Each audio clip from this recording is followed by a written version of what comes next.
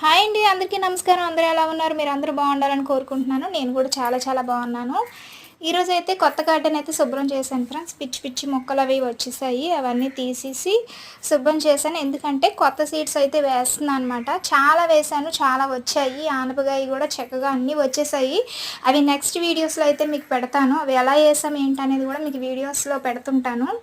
నా వీడియోస్ కనుక మీకు నచ్చినట్టయితే సబ్స్క్రైబ్ చేసుకొని నాకు సపోర్ట్ చేయండి. మీ అందరి సపోర్ట్ నాకు ఎంతో అవసరం.